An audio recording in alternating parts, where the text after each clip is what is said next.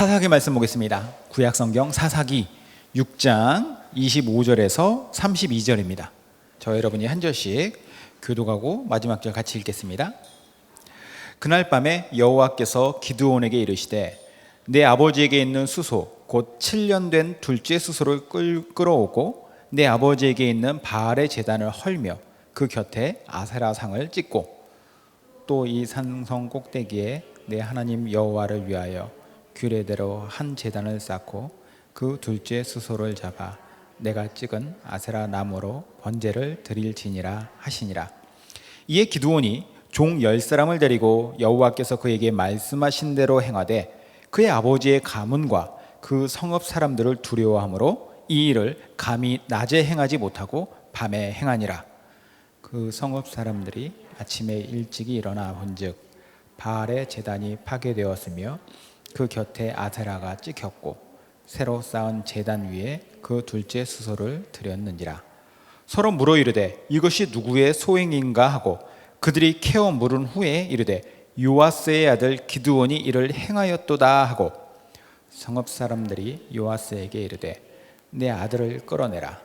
그는 당연히 죽을지니 이는 바알의 제단을 파괴하고 그 곁에 아세라를 찍었음이니이다 하니 요아스가 자기를 둘러선 모든 자에게 이르되 너희가 바알을 위하여 다투느냐 너희가 바알을 구원하겠느냐 그를 위하여 다투는 자는 아침까지 죽임을 당하리라. 바알이 과연 신일진데 그의 제단을 파괴하였은즉 그가 자신을 위해 다툴 것이니라 하니라. 그날에 기드온을 여룹바알이라 불렀으니 이는 그가 바알의 제단을 파괴하였으므로 바알이 그와 더불어 다툴 것이라 함이었더라. 아멘. 여러분, 우리가 소명이라고 하는 단어 말을 자주 들어보셨을 겁니다. 소명. 소환한다라고 할 때 쓰는 부를 소에 명령한다라고 할 때 쓰는 명령, 명할 명 이렇게 써서 어떤 특별한 목적을 위해서 부른다라고 하는 게 소명이에요. 영어로는 calling이라고 하죠. 역시 부른다라고 하는 뜻입니다. 근데 이 소명은 원래 왕이 있던 시대에 왕이 신하한테 하는 명령이었습니다. 왕이 어떤 목적을 가지고 신하를 불러서 명하는 것, 이게 소명이었어요. 지금은 이제 왕정 시대가 아니기 때문에 소명이라고 하는 단어가 어디에 쓰이느냐? 하나님께서 하나님의 사람들에게 인간을 부르신다라고 하는 그러한 종교적 의미로 사용됩니다. 당연히 이 하나님의 부르심 소명 안에는 매우 강한 강제성이 있고 또 매우 강력한 목적이 있어요. 하나님의 어떤 목적을 위해서 하나님 강제로 부르신다라고 하는 것이죠. 이처럼 하나님께서 우리를 부르시는 이 소명이라고 하는 것, 그 안에는 크게 또 소명은 두 개로 분류가 돼요. 1차적 소명과 2차적 소명으로 분류가 됩니다. 1차적 소명은 뭐냐? 죽을 수밖에 없는 인간을 하나님께서 구원을 위해서 부르신다라고 하는 게 1차적 소명입니다. 그러니까 하나님의 목적이 어디에 있어요? 우리의 구원에 있습니다. 이 1차적 소명으로 말미암아 구원받은 하나님의 자녀가 되었다라는 것이 요한복음 1장 12절에 이렇게 기록되어 있어요. 영접하는 자, 곧 그의 이름을 믿는 자들에게는 하나님의 자녀가 되는 권세를 주셨으니. 자, 그 이름을 믿고 영접한다. 예수님이죠. 예수님을 믿고 영접하면 하나님의 자녀가 되는 권세를 주셨다라고 되어 있는데, 이게 이제 우리 편에서 봤을 때 마치 우리가 그분을 영접하고 우리가 그분을 믿고 그래서 우리가 하나님의 자녀가 되고 이렇게 생각할 수 있는 말이에요. 근데 실은 그게 아닙니다. 이 말씀의 그 안에 있는 깊은 뜻은, 우리의 시각을 더 크게 해서 큰 그림에서 보면 우리가 그분을 택하고 영접하고 믿은 것이 아니다라는 것을 알 수 있어요. 그게 성경에서 이야기하고 있는 하나님의 소명이라는 것인데요. 그 소명 때문에 우리가 그분을 영접했고 그 소명 때문에 우리가 그분을 믿게 되었다라는 것이 로마서 8장 30절에 이렇게 기록되어 있어요. 또 미리 정하신 그들을 또한 부르시고 부르신 그들을 또한 의롭다 하시고 의롭다 하신 그들을 또한 영화롭게 하셨느니라. 그러니까 하나님께서 미리 정하신 사람들을 부르셔서 그들로 하여금 의롭게 되도록 예수 그리스도를 믿게 하시고 결국 그들을 영화롭게 하신다. 1차적 소명은 하나님에 의해서 다 이루어져요. 우리의 영혼은 그 하나님의 그 소명을 받은 자들로서 반응을 하는 것이죠. 강력하고 거부할 수 없는 1차적 부르심, 이게 하나님의 1차적 소명이에요. 그래서 우리는 예수님 믿게 되었고 우리는 크리스찬이 되었습니다. 자, 그러면 2차적 소명은 무엇이냐? 2차적 소명은 1차적 소명을 받은 사람들에게 하나님께서 또 주시는 것인데, 1차적 소명을 받은 사람들, 즉 하나님에 의해서 예수님 믿고 구원받은 하나님의 자녀들이 각자의 삶의 현장에서 본인의 정체성에 합당한 삶을 살아라 라고 하시는 명령으로 부르신 것이 바로 2차적 소명입니다. 그래서 오스기니스라고 하는 분이 소명이라고 하는 책을 썼는데, 2차적 소명은 이렇게 설명을 해요. 우리의 2차적 소명은 모든 것을 다스리시는 주권적인 하나님을 기억하고 모든 사람들이 모든 곳에서 또한 모든 것에서 전적으로 그분을 위하여 생각하고 말하고 살고 행동하는 것이다. 따라서 우리가 가정주부나 법조인으로 혹은 교직으로 부름받았다라고 말하는 것은 2차적 소명으로서 적절한 표현이다. 이해가 되시나요? 1차적 소명은 하나님의 백성이 되게 하시는 구원이라고 하는 존귀한 존재로서의 부르심이고, 2차적 소명이라고 하는 것은 구원받은 존재다운 삶으로 부르신다는 거예요. 그래서 우리가 학생이 됐든지 아니면 직장인이 됐든지 주부가 됐든지, 이게 그냥 학생이나 직장인이나 주부가 아니라 크리스천, 하나님의 백성으로서의 학생, 하나님의 백성으로서의 직장인, 하나님의 백성으로서의 주부라는 거예요. 이 1차적 소명과 2차적 소명에 대한 전제를 우리가 바탕으로 오늘 말씀 보겠습니다. 오늘 말씀을 보면은 기드온이라고 하는 사사가 등장을 해요. 그에 대한 스토리인데, 이스라엘 사사 중에서 아마 가장 유명한 사사를 꼽으라면 삼손을 우리는 보통 떠올립니다. 삼손이라고 하는 사사, 그렇죠? 가장 유명한 사사죠. 그런데 삼손이라고 하는 사람이 매우 많은 양이 또 사사기 안에 기록되어 있습니다. 삼손에 대한 기록이 총 21장으로 사사기가 기록되는데 그 중에 4장이 사사 삼손에 관한 기록이에요. 참 많죠. 그런데 기드온은 3장으로 기록되어 있어요. 근데 이 3장으로 기록되어 있음에도 불구하고 절수로 보면 삼손보다 더 많이 기록되어 있습니다. 삼손은 96절, 그리고 기드온은 100절.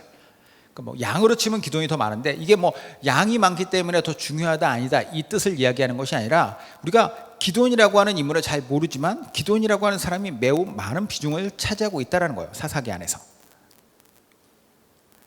생각보다 많은 비중을 가지고 이야기하고 있는 기드온의 스토리가 오늘 본문에 나오고 있습니다. 자, 기드온이 어떻게 사사기에 등장을 하는가? 배경을 보면은, 때는 이스라엘이 하나님 앞에 많은 범죄를 저지르고 악함 가운데 빠져있던 시대였습니다. 미디안이라고 하는 아라비아 서남 쪽, 그쪽 이스라엘에서 보면은 이제 동남쪽이네요. 동남쪽에 보면 아라비아가 있는데, 이 아라비아 사막 그쪽에서 살던 미디안이라고 하는 족속이 아주 호전적인 민족인데, 이들이 와서 이스라엘을 매우 끔찍하게 괴롭혔어요. 무려 7년이나. 그들은 낙타를 타고 이제 주로 전쟁을 했는데, 그런 민족에 의해서 하나님의 백성이지만 타락하고 잘못된 길로 행하여 살던 이스라엘이 공격당하고, 물론 이제 그 공격당한 거의 배경은 그들의 죄에 대한 하나님의 징계성이 매우 큽니다. 그래서 사사기 6장의 앞부분에 보면 1절부터 6절을 제가 한번 읽어드릴게요. 이스라엘 자손이 또 여호와 목전에 악을 행하였으므로 여호와께서 7년 동안 그들을 미디안의 손에 넘겨주시니, 미디안의 손이 이스라엘을 이긴지라 이스라엘 자손이 미디안으로 말미암아 산에서 웅덩이와 굴과 산성을 자기들을 위하여 만들었으며, 이스라엘이 파종한 때면 미디안과 아말렉과 동방 사람들이 치러 올라와서 진을 치고 가사에 이르도록 토지 수산을 멸하여 이스라엘 가운데 먹을 것을 남겨두지 아니하며 양이나 소나 나귀도 남기지 아니하니, 이는 그들의 짐승과 장막을 가지고 올라와 메뚜기같이 많이 들어오니 그 사람과 낙타가 무수함이라. 그들이 그 땅에 들어와 멸하려 하니 이스라엘이 미디안으로 말미암아 궁핍함이 심한지라. 이에 이스라엘 자손이 여호와께 부르짖었더라. 자, 이게 사사 기드온이 등장하게 된 배경이에요. 얼마나 심각한 상황입니까? 이스라엘 백성들은 이제 자신들이 하나님을 버리고 떠났지만, 범죄한 가운데 살았지만 하나님을 찾을 수밖에 없어요. 살 길이 안 보인다라는 거예요. 이 부르짖음에 대해서 하나님 어떻게 하시느냐? 모른 채 하지 아니하시고 그들을 구원하시는데, 사사기, 이 사사 시대의 특징은 무엇이냐? 하나님의 구원의 방식이 사사라고 하는 하나님의 대리인을 세우신다라는 거예요. 그래서 사사로 하나님께서 소명의 자리로 기드온이라고 하는 사람을 부른다라는 거예요. 자, 그런데 이 기드온이라고 하는 사람의 어떤 기본적인 그의 면면을 보면은 과연 이 사람이 사사로 부름받을 만한 사람인가라고 하는 의심을 갖게 돼요. 11절에서 13절, 오늘 본문 바로 앞에 나오는 내용인데 이렇게 나옵니다. 여호와의 사자가 아비에셀 사람 요아스에게 속한 오브라에 이르러 상수리 나무 아래에 앉으니라. 마침 요아스의 아들 기드온이 미디안 사람들에게 알리지 아니하려 하여 밀을 포도주 틀에서 타작하더니 여호와의 사자가 기드온에게 나타나 이르되 큰 용사여 여호와께서 너와 함께 계시도다 하매 기드온이 그에게 대답하되 오 나의 주여 여호와께서 우리와 함께 계시면 어찌하여 이 모든 일이 우리에게 일어났나이까? 또 우리 조상들이 일찍이 우리에게 이르기를 여호와께서 우리를 애굽에서 올라오게 하신 것이 아니냐, 그 모든 이적이 어디 있나이까 하니 이제 여호와께서 우리를 버리사 미디안의 손에 우리를 넘겨주셨나이다 하니. 자, 기드온이 미디안 사람들을 피해서 몰래 포도주 틀에 들어가서 타작을 했다. 이 포도주 틀은 그 당시에 땅에 이렇게 깊이 파가지고 거기에 돌로 그 안을 만들어서 거기에서 포도를 넣고 밟아가지고 이렇게 포도주를 만들던 그런 또 공동 작업장이에요, 일종의. 거기에 이제 숨어 들어간 거죠. 위에서 뭘 덮고 밀을 타작했다. 뭐 실제로 막 밀을 많이 타작했다는 게 아니라 아마 밀을 깠을 정도였을 거예요. 자, 제가 이걸 보고 그가 별 볼 일 없는 사사로서 좀 어울리지 않는 사람이다라고 말씀드리는 건 아닙니다. 왜냐하면 당시에 워낙에 미디안의 위세가 셌기 때문에 모든 것을 다 빼앗겼었기 때문에 이렇게라도 숨어서라도 해야만 살 수 있었다라는 거예요. 그가 용기가 없어서 이런 것이 아니라 살기 위해서는 이렇게 해야만 했다는 것이죠. 기드온에게 있어서 정말로 의외인 부분은 그게 아니라 그 뒤에 나오는 거예요. 천사가 그를 부를 때의 반응을 보십시오. 그가 했던 말, 하나님께서 우리를 버리셨습니다. 하나님께서 살아계신다면 어떻게 이렇게 할 수 있습니까? 미디안에 넘기셨다라고 하는, 우리가 미디안 때문에 고통받는다라고 하는 사실에 하나님에 대해서 화가 나 있어요. 자신들이 하나님께 저지른 죄악 때문에 이런 일이 발생했습니다 라고 말하는 것이 아니라 이 고통의 원인을 우리가 아닌 하나님이 우리를 모른 채 했기 때문이다 라고 하나님께 돌리고 있다는 거예요. 자, 우리의 상식으로 생각해 볼 때 하나님께서 지금 민족의 위기 가운데서 그 민족을 구원하시려면 사사를 세우신다라고 하는 것은 자신의 대리자인데 어떤 사람을 세우실까요? 하나님 앞에 민족의 죄악됨을 인식하고 회개하면서 준비된 사람? 당연히 그런 사람 아닐까요?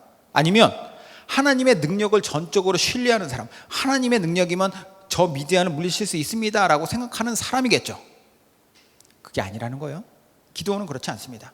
하나님께 대한 불만이 가득하였고 하나님을 신뢰하지 않았고 고되는 하루를 어떻게든 살아가려고 하던 사람이 기드온이라는 거죠. 자, 그럼에도 불구하고 하나님이 그를 사사로 부르세요. 그리고 그에게 하나님의 부르심, 2차적인 소명을 맡겨주십니다. 오늘 본문 말씀이 바로 그건데, 본문을 보면 하나님께서 어떻게 그를 2차적 소명 가운데로 부르셨고 기드온은 거기에 대해서 어떻게 반응했는지가 등장합니다. 자, 하나님께서 어떻게 그를 부르셨는지부터 볼게요. 본문 보시죠. 25절에서 26절.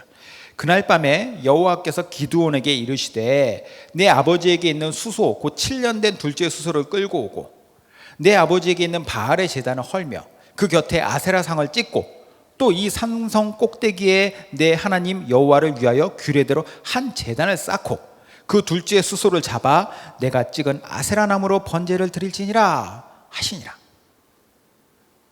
자, 여호와 하나님의 부르심은 아주 단순합니다. 아버지 집에 가라. 그리고 7년 된 둘째 수소를 네가 끌고 와라. 그리고 바알의 제단을 헐고 아세라 목상을 찍어내라. 마지막으로 산성 꼭대기로 가서 하나님을 위한 새로운 제단을 만들고 거기에 가서 끌고 온 수소를 제물로 삼고 찍어낸 아세라 목상을 땔감 삼아서 하나님께 제사를 지내라. 아주 명확해요. 간단하죠? 그런데 이게 쉬운 일이 아니라는 거예요. 문제는 기드온은 자신뿐만 아니라 가족 모두가 위기에 처할 수 있는 명령을 접한 겁니다. 왜 그러느냐? 기드온의 아버지가 어떤 사람이냐면 오브라 상수리 나무 아래에 있는 바알과 아세라 신상을 관리하던 요아스예요. 아까 이스라엘 상태가 매우 좋지 않다고 했습니다. 하나님을 떠났어요. 우상 숭배 가운데 찌들어 있습니다. 사람들은 우상 숭배 가운데 빠져서 그걸 섬기던 시대였어요. 그러니 따로 이러한 기드온의 아버지까지도 이 일을 맡기고 그것을 애지중지할 정도의 시대였다는 거죠. 그런 시대에 기드온이 이 명령에 순종하기 과연 쉬웠을까? 그가 이 명령에 순종하기 위해서는 세 개의 관문을 통과해야 됩니다. 매우 중요한 관문이에요. 순종을 위해서는, 하나님 앞에 순종으로 응답하려면, 부르심 앞에 순종으로 응답하려면 그는 세 개의 관문을 통과해야 돼요. 첫 번째, 희생을 감수하는 것이다. 하나님께서 명하신 게 뭐예요? 아버지 집에 있는 7년 된 수소, 둘째 수소라고 딱 찍어서 지칭하십니다. 그리고 그거를 제물로 하나님께 드리라. 다른 요건, 한번 현대인의 성경을 한번 보겠습니다. 25절에 현대인의 성경으로 보면, 그날 밤 여호와께서 기드온에게 말씀하셨다. 너는 내 아버지의 소떼 중에서 7년 된 제일 좋은 수소 한 마리를 끌어다 놓은 다음 내 아버지가 섬기는 바알의 제단을 헐고 그 곁에 있는 아세라 여신상을 찍어버려라. 7년 된 둘째 수소를 끌고 오라고 하신 이유가 여기에 나오죠. 아버지 집에 소들이, 다른 집에는 아마 소들도 아마 다 많이 미디안에 의해서 이렇게 끌려갔을 거예요. 근데 어떻게 이것을 잘 보존한 것 같은데, 그 중에서 가장 좋은 소가 7년 된 둘째 수소라는 거예요. 가장 좋은 걸 희생해야 된다. 당사자 입장에서 한번 생각해 보죠. 농경사회 집안에서 가장 좋은 소를 끌고 와라. 남아있는 소들도 얼마 안 될 텐데 그 중에서도 가장 좋은 걸 끌고 와서 제물로 사용하라. 마음이 쉬울까요? 어려울까요? 자, 더군다나 이 시대, 철저한 가부장적 시대예요. 아버지의 집에서, 그러니까 아버지 몰래 일을 하라는 것이죠. 죽을 각오까지 해야 된다. 이걸 오늘날 우리의 상황에서 한번 생각해 봅시다. 우리는 하나님의 은혜로 1차적 소명을 받은 사람들이에요. 구원받았다라고 하는 뜻이죠. 우리는 아무것도 아닌 존재로서 아무것도 아닌 것을 아무것도 안 했는데도 불구하고 하나님이 우리를 구원하셨어요. 이미 택하셨기 때문에, 정하셨기 때문에 부르셨다. 부르셔서 의롭게 하셨고 앞으로 영원롭게 하실 것이다. 존재가 바뀌었습니다. 멸망의 자식에서 구원의 자녀로. 그런데 이때 하나님께서 우리를 부르실 때 그냥 부르신 게 아니었어요. 대가를 치르면서 부르셨습니다. 대가를. 무슨 대가냐? 독생자 예수님을 죽이셨다. 그리스도의 피값으로 우리를 부르신 거예요. 그러니까 1차적 소명을 위해서는 하나님은 그리스도 독생자의 피값을 치르셨다는 거죠. 그러면 그러한 부르심으로 우리를 부르셨는데 이후로 두 번째 부르심인 2차적 소명을 받은 우리가 어떤 자세를 취해야 되느냐? 하나님은 뭐 가진 것도 많으니까 그렇게 할 수도 있어요. 나는 가진 것 없으니까 나에게 희생을 강요하지 마세요 라고 말할 것이냐? 그럴 수 없다라는 거예요. 우리가 아무리 많은 것을 희생한다 해도 사실 받은 곳에는 한참 못 미칩니다. 그러므로 우리가 가진 것 없다고 핑계댈 것이 아니라는 거예요. 기도는 뭐 얼마나 많이 가졌길래 그에게 7년 된 둘째 수소를 하나님이 가져오라고 하셨습니까? 많이 가져서가 아니라 2차적 소명에 응답하는 과정 속에서 희생을 내가 감수해야 될 필요가 있다면 그렇게 해야 된다는 거예요. 우리가 하나님의 부르심을 받은 인생이라고 하는 사실에 감사하면서 희생할 수 있는 것, 그게 뭐 예를 들어서 물질이 되었다든가 아니면 시간이 되었다든가 아니면 에너지가 되었다든가 무엇이라 할지라도 하나님께서 원하신다면 우리가 그것에 대해서 희생을 감수할 수 있는 마음이 있어야 돼요. 인색하면 안 된다는 것이죠. 우리가 이렇게 희생을 감수하며 산다면 확실한 게 있습니다. 하나 확실한 거. 우리가 들은 것을 하나님이 그냥 꿀꺽하고 마는 게 아니라는 거예요. 물질도 에너지도 우리의 시간도 그 어떤 것이라 할지라도 하나님께 희생했다면 그걸 하나님 먹고 마는 것이 아니라 그게 마중물이 되어서 하나님께서 우리를 축복하시는 수단이 된다는 거죠. 이게 바로 기드온이 통과했던 첫 번째 관문이었어요. 자, 두 번째 관문은 변화를 시도해야 돼요. 변화를 시도한다. 하나님께서 기드온에게 아버지 집에 있는 7년 된 수소를 끌고 와서 이것을 희생시켜야 된다, 제물로 삼아야 된다라고 말씀하시면서 바알의 제단을 헐고 아세라 목상도 박살내서 불태우라. 이건 정말 어마어마한 변화를 요구하신 겁니다. 아까도 말씀드렸지만 기드온의 아버지 요아스는 마을 사람들에게 바알과 아세라를 섬기는 일, 신당을 관리하는 자로서 위임받은 사람이에요. 아마도 기드온이 어려서부터 보아온 아버지의 모습, 그리고 아버지로부터 들은 말은 뭘까요? 제단 근처에서 뛰지 마라. 아세라 목상 너희 넘어뜨려가지고 저거 깨먹으면 큰일 난다. 저 만들기 정말 어려운 거다. 이런 얘기를 들으면서 자랐겠죠. 근데 하나님의 명령 뭐냐? 그걸 다 때려부셔라, 불태워버리라. 완벽한 변화를 얘기하세요. 이게 이 변화가 손바닥 뒤집듯이 이렇게 쉽게 일어나는 일이냐? 아니라는 거예요. 변화를 위해서는 엄청난 노력이 필요해요. 용기를 내야 되고, 또 이것이 이 변화를 시도함에 있어서 매우 조심해야만 된다. 그런 이유로 기드온이 27절에 보면은 종을 10명이나 데리고 가서 모두가 잠든 밤에 이 일을 해요. 모두가 잠든 밤에. 여기에 기드온의 고뇌나 갈등이 기록되지 않아서 그렇지 얼마나 어려웠겠습니까? 원래 있었던 것, 그것도 아주 애지중지하던 것을 완전히 다 깨서 없애는 것은 참 어려운 일이에요. 그런데 이 변화는 꼭 필요했던 것이죠. 왜냐? 기드온이 뭐 하는 사람입니까? 하나님의 이름으로 위임받아서 이스라엘을 구원하고, 그리고 이스라엘의 잘못됨을 지적해야 될 사람이에요. 그런데 집 안에는 애지중지 모시는 바알과 아세라 신상이 있다면, 그 제단이 있다면 어떻게 되겠습니까? 자, 여기서 이제 우리의 상황 다시 한번 생각해 봐요. 우리가 여러 곳에서 여러 모양으로 하나님의 부르심을 입은 소명의 사람으로 살아가려고 할 때, 우리의 삶의 현장에서 그런 삶을 살려면 우리의 내면에서 변화되어야 될 부분도 분명히 있다는 거예요. 내가 변화해야 함에도 불구하고 그것이 귀찮아서, 하기 싫어서, 두려워서 그것을 거부하면 되겠냐라는 거죠. 특별히 우리에게 오랫동안 묵혀둔 죄악이 있다던가, 상처가 있다던가, 이런 것들의 변화를 우리가 시도하지 않고, 추구하지 않고 하나님의 소명의 부르심 앞에 응답하며 살기는 어렵다라는 거예요.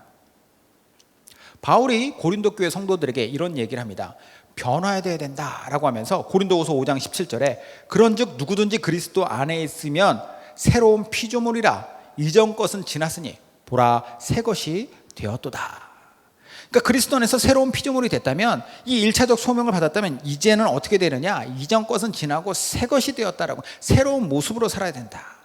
신분의 변화와 함께 삶의 변화를 추구하는 사람이라면, 그 소명의 길이 열렸다면 이제는 그 변화를 두려워하는 것이 아니라, 외면하는 것이 아니라 변화를 추구해야 된다라는 것이죠. 마지막으로 하나님의 부르심에 순종하는 마지막 관문, 세 번째 관문은 뭐냐? 삶에서 결과를 내가 받아들이는 결과의 주체가 되는 거예요. 내가 하나님의 부르심을 듣고 기드온이 희생을 감수하고 변화를 시도했어요. 자, 그 삶에서 이제 어떤 일이 벌어지겠습니까? 그 결과를 자기가 오롯이 받아들여야 돼요. 그죠? 사실 우리는 이 모든 것을 순종하기 힘들어하는 거, 희생하고 변화하는 것을 내가 두려워하는 이유가 있어요. 그게 뭐냐? 결과가 잘못되진 않을까라는 두려움이에요. 결과에 대한 두려움. 근데 결과에 두려움이 있다 할지라도 그 결과를 내가 받아들이고 결과의 주체가 되겠다라는 것이 우리의 자세가 돼야 돼요. 왜 그러느냐? 하나님이 살아 역사하시기 때문에. 하나님이 우리를 모른 채 하시거나 혹은 아무런 역할도 하지 못하신 분이라면 사실 우리는 그 결과에 대한 두려움으로 그 결과를 이렇게 맞닥뜨리기 힘들 거예요. 그런데 하나님 어떤 분이시냐라고 하는 것을 우리가 믿어 의심치 않는다면, 살아 역사하시는 분, 그분은 무한한 능력을 가진 분이다라고 하는 것을 알고 이것을 믿고 나아간다면, 순종의 길에서 우리는 하나님 앞에서 결과를 나의 것으로 받아들일 수 있다는 거죠. 끝까지 가는 거예요. 끝까지. 기드온이 어떻게 결과의 주체가 됐는지 한번 보죠. 기드온이 바알과 아세라 신상을 다 파괴하고 하나님의 제단에 7년 된 둘째 수소를 가지고 제사를 지냈어요. 사람들이 난리가 났습니다. 이걸 발견하고 도대체 어떤 놈이 그랬느냐, 범인을 찾아서 죽여야 된다고 난리가 났어요. 28절 30절 그 성읍 사람들이 아침에 일찍 일어나 본즉 바알의 제단이 파괴되었으며 그 곁에 아세라가 찍혔고 새로 쌓은 제단 위에 그 둘째 수소를 드렸는지라. 서로 물어 이르되 이것이 누구의 소행인가 하고 그들이 캐어 물은 후에 이르되 요아스의 아들 기드온이 이를 행하였도다 하고, 성읍 사람들이 요아스에게 이르되 내 아들을 끌어내라. 그는 당연히 죽을지니 이는 바알의 제단을 파괴하고 그 곁에 아세라를 찍었음이니라 하니. 자, 기드온이 이 상황을 예측 못했을까요? 마을 사람들이 난리가 날 거다, 나를 죽이려고 달려들 거다, 예상했겠죠. 누구보다 더 잘 알았을 겁니다. 그런데 그는 순종했다는 거예요. 순종으로 하나님께 응답했죠. 그리고 그 결과를 내가 받아들이겠다고 작정을 한 거예요. 그리고 이 작정 안에는 무엇이 있었느냐, 하나님의 약속에 대한 분명한 확신이 있었으리라 저는 생각을 해요. 그거 없으면은 이것을 내가 결과물로 받아들이지 못하죠. 사사로 부르셔서 용사여, 내가 너를 사사로 사용하겠다, 이스라엘을 구원하겠다라고 하신 약속이 있었다면 그 약속은 하나님이 어떻게 쓰든지 이루실 테니 나를 죽이실 일은 없다라는 거예요. 이걸 보면서 저는 이와 비슷한 인물이 생각이 나세요. 아브라함이라고 하는 사람입니다. 아브라함. 하나님이 이삭을 100세에 낳은 아들 이삭을 죽이라고 했어요. 제물로 바쳐라. 그래서 아브라함은 어떻게 하느냐, 순종해요. 그 순종이 하는 신용만 한 것이 아니라 진짜로 이삭을 죽이려고 칼을 들어서 내리치려고 합니다. 그러니까 이제 하나님의 사자가 아브라함을 말리죠. 아브라함이 이런 행동을 했었던 이유가 뭘까? 아브라함이 그렇게 행동을 했던 이유는 하나님이 이전에 하셨던 약속 때문이에요. 내가 너로 하여금, 그리고 너의 너로 말미암아 낳은 이삭으로 하여금 하늘의 무수한 별과 같고 바다에 있는 수많은 모래와 같은 민족의 조상이 되게 할 것이다, 약속하셨다라는 거예요. 그러면 아직 그 약속이, 이삭이 어렸을 때니까 결혼도 안 했을 때지, 이 약속이 이루어지기 위해서는 하나님이 이삭을 어떻게든 살리셔야 돼. 아니 혹 죽인다 할지라도 하나님은 다시 이삭을 살리셔야 돼요. 그렇게 하실 것이라는 것을 믿는 믿음이 있었다는 거죠. 기드온이 마찬가지예요. 하나님께 순종하는 일이 비록 힘들고 어렵고 감당해야 할 리스크도 너무 크지만 하나님이 어떤 분이시냐, 약속을 가볍게 여기시는 분은 아니라는 거예요. 그러면 그 약속을 가지고 나는 직진하겠다. 그 결과가 어땠느냐, 놀랍게도 아들에게 가장 큰 배신감과 분노를 느꼈어야 할 아버지가 그 아들을 위하여서 변호합니다. 31절에 요아스가 자기를 둘러서 모든 자에게 이르되 너희가 바알을 위하여 다투느냐, 너희가 바알을 구원하겠느냐, 그를 위하여 다투는 자는 아침까지 죽임을 당하리라. 바알이 과연 신일진데 그의 제단을 파괴하였은즉 그가 자신을 위해 다툴 것이니라 하니라. 무슨 말이에요? 너무 상식적이면서 논리적인 말을 하고 있어요. 너희가 정말 말하는 대로 바알이 대단한 신이라면 그 바알 바알 제단을 다 헐고 아세라를 다 찍어가지고 지금 다 저렇게 불태워버리는 내 아들 기드온이 살아있겠냐라는 거예요. 너희가 바알을 위해서 그 일을 왜 하느냐, 바알이 살아서 능력이 있다면 내 아들은 바알이 죽일 거다라는 거죠. 결국 사람들은 어떤 반론조차 하지 못합니다. 그리고 기드온이 하나님의 소명, 그 부르심에 의거해서 했던 그 행동, 그가 통과했던 그 관문들의 결과는 비참함으로 끝나는 것이 아니라 사람들의 생각을 일깨워주는 것으로 끝나게 되고, 마지막 절에 가면 기드온이 이렇게 새로운 별명을 얻으면서 모든 상황들이 마무리되듯 이 본문이 끝나는 거예요. 그리고 기드온은 사사로서 활동을 하는 것이죠. 그럼 32절에 어떤 일이 일어나느냐, 그날에 기드온을 여룹바알이라 불렀으니 이는 그가 바알의 제단을 파괴하였으므로 바알이 그와 더불어 다툴 것이라 함이었더라. 자, 여룹바알 무슨 뜻이냐, 바알에게 대항한다, 바알과 싸우는 자다. 그 당시에 가장 큰 죄악의 원인이자 모든 사람들의 삶과 문화를 주름잡고 있었던, 장악하에서 사람들을 누르고 있었던 그 바알 신을 완전히 뭉개버린 대표주자가 된 거예요. 선구자가 된 거죠. 그래서 그는 사사의 삶을 그렇게 시작한 거예요.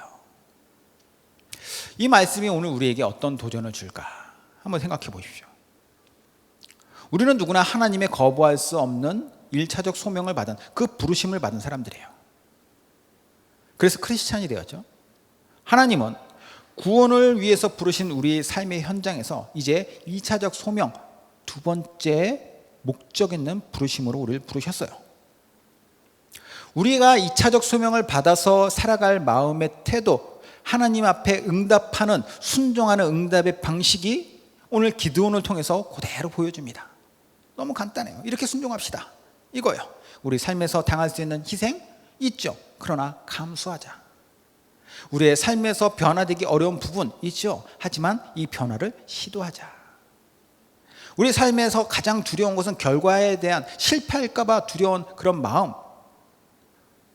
그래서 피하고 싶지만 결과의 주체가 되자. 물론 하나님을 온전히 따르고 순종했다고 해서 결과가 내가 생각한 대로, 내가 기대하는 대로, 우리가 꿈꾸는 것대로 되지 않을 때도 많죠. 하지만 분명한 건 있어요. 로마서에서 말씀하시죠. 모든 것이 합력하여 선을 이룬다. 하나님의 방식은 당장 내 눈앞에 내가 생각하는 대로, 계획한 대로 안 될지 모르겠지만 그 모든 것을 뛰어넘어서 선을 이루시는 분이다라는 거예요.